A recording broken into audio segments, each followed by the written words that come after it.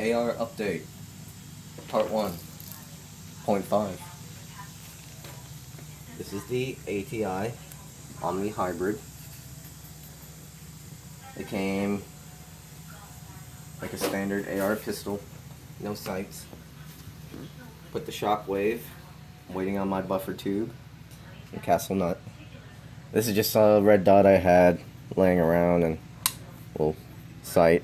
Got the Magpul ordered and a Bushnell red dot on the way. I just put this Magpul rail accessory on there. It's kind of hitting the gas block, so it's not getting perfect.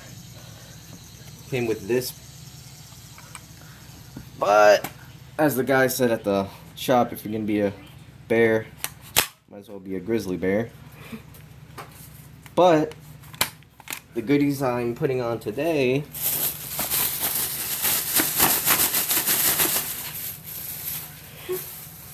another polymer rail section right there. Got my flat dark earth Magpul trigger guard. Got the flat dark earth Magpul angled foregrip. Woof woof. And of course, to go with the flat dark earth Magpul, I think this is the window magazine.